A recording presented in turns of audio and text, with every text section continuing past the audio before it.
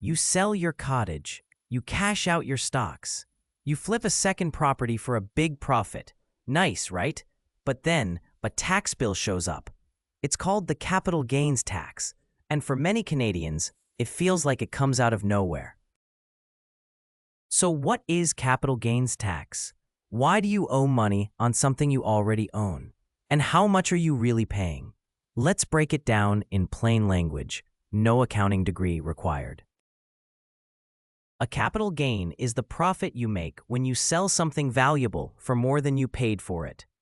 That something could be real estate, not your primary home, stocks or ETFs, mutual funds, cryptocurrency, even collectibles or art in some cases. Here's a simple example. You buy shares in a company for $5,000. Years later, you sell them for $15,000. That $10,000 difference, that's your capital gain. But here's the key. In Canada, you don't pay tax on the full amount. You only pay tax on 50% of the gain. That's called the inclusion rate. So in our example, you made $10,000. Only $5,000 is taxable. That $5,000 gets added to your regular income, then taxed at your marginal tax rate based on how much you earn overall. So capital gains tax isn't a separate tax. It's part of your income taxes, and the more you earn, the higher your tax rate on that gain. Now here's where it gets interesting. If you're selling your primary residence, the home you actually live in, you're usually exempt from capital gains tax. That's called the principal residence exemption. But if it's a rental, a vacation home, or you're house flipping for profit, get ready to pay. Same goes for investments. Whether you trade a little or a lot, if you sell for more than you bought, you may owe capital gains tax. What about losses?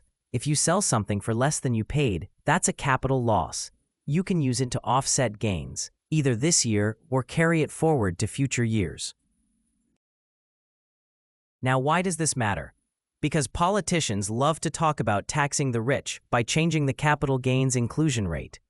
If it increases from 50% to 66% or more, you'll owe more tax when you sell assets. That affects investors, business owners, retirees, and regular Canadians with a second property or small portfolio. So if you've ever thought, I worked hard for that money, why do I have to give it up now? That's the capital gains conversation, wrapped in fairness, wealth building, and tax policy. If this helped you understand how capital gains tax works in Canada, like this video. Subscribe for more simple explainers about money and politics, and share it with someone who just sold something big and doesn't know what's coming. Because when it comes to taxes, what you don't know can still cost you.